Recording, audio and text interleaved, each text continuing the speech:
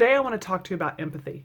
Before we get started with that though, I want to stress that one of the primary goals of the clutter movement is to make sure that we're addressing all aspects and all perspectives of hoarding disorder. So not only just what the individual is going through, their challenges and struggles with hoarding disorder and hoarding behavior, but also what family members are going through, what professionals are going through that are working to help and support the person that's struggling with this. We want to be able to not only support all perspectives, but also educate all perspectives, with the goal, though, of trying to get everybody on the same page so that we're all working in the same manner and with the same types of supports to help move this process forward, whether it's an individual struggling with it, family members trying to help, or professionals trying to help somebody get out of crisis or help support them clinically. Now, with hoarding disorder, I want to talk, like I said, about empathy. So empathy is basically understanding what somebody else is going through, being able to walk a mile in their shoes, to take into consideration what is behind what's going on with that person. With hoarding disorder, we're all told you need to have empathy, you need to have patience, you need to be understanding. What I want to talk about today, though, is how empathy needs to be applied in all perspectives of those affected with hoarding disorder. So we've heard, of course, with somebody with hoarding disorder, it's a mental health issue. We need to have empathy, understanding for the fact that this is a disorder. The person does not choose to live this way.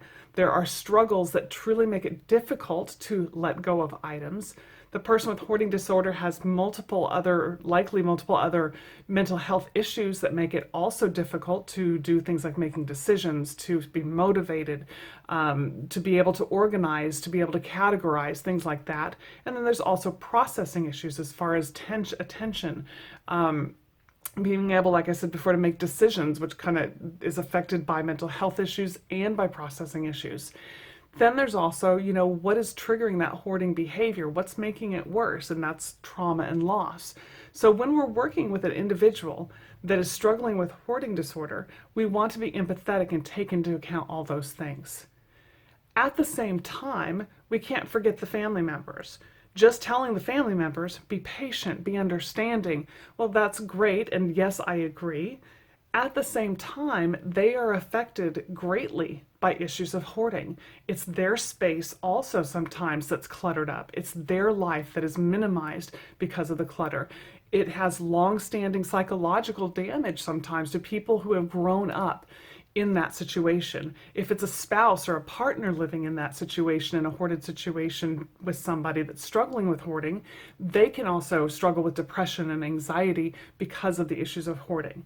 So while it's important that we have empathy for the individual struggling, it's also important that as an individual and as a professional, we look at the family members and understand they've had it tough too.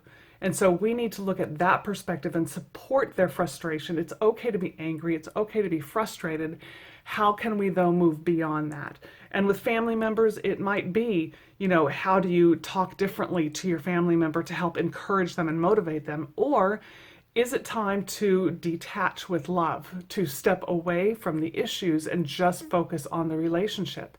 So when we're in a situation as a professional and helping an individual and family members come in very upset and angry, it's easy to say, oh, we've got to protect the individual.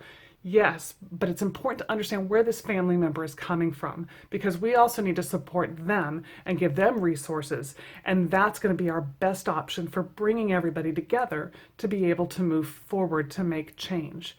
Now, as a professional, oftentimes when we're working with other professionals in a situation where there's hoarding, we might have somebody who's very upset. It might be, Board of Health or property management, and they're very upset. This person has to go. They have to be out. We can't do this. We've been dealing with this for a long time.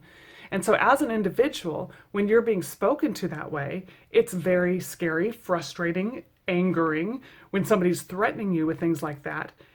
At the same time, we need to look at where that professional is coming from. And oftentimes, the professional aspect of hoarding, they've been dealing with this issue for a long time. They've tried to be patient. They've tried to be understanding. They've tried to, motivate and help. And not often or always in the right way, but they've done what they knew how to do to try to motivate the person to change. Once they understand better what hoarding disorder is, it's better, or it's easier for them to be more empathetic in the approach. At the same time, if you're an individual or you're a family member or you're a professional and you see another professional that you're helping collaborate with on a case and you see them very frustrated, before you get defensive and say, oh, we have to protect the client, we have to protect, before you get defensive, consider, where is this person coming from? At one point, I worked with somebody that was on a board of health, and this person was very upset, very contentious in working with the team that we put together. So I tried to understand where this person was coming from, and it was very easily understood when he made one specific point in a team meeting. He said, if I let this go on any longer and give extra time like you're asking, if something happens to this person in their home, if the home catches on fire, who are they going to come to? They're going to come to me because it's my liability. If it's issues with property management, they want to be empathetic, they want to be understanding and try to be patient, but you have to, as an individual and as a family member and as another professional, understand that they also have liabilities of other residents that they have to protect and keep safe, liabilities as far as safety for the building, safety for the person, safety for other residents. So again, while it's difficult to be in those modes where you're being understanding to everybody, especially when people are really frustrated, it is important, no matter what perspective you're coming at hoarding disorder from, to take into account what the other person is going through. And I think that's probably hardest for the individual that's struggling with hoarding disorder, especially if there's not a lot of insight into the issue. It's hard to understand how your behavior is affecting other people. But maybe let's take that as a challenge. If you're an individual and you have people that are frustrated with you, let's try to take and say, okay, what is it that they're experiencing it? And being able for family members also to say, how is this individual experiencing it? How can I be empathetic and patient?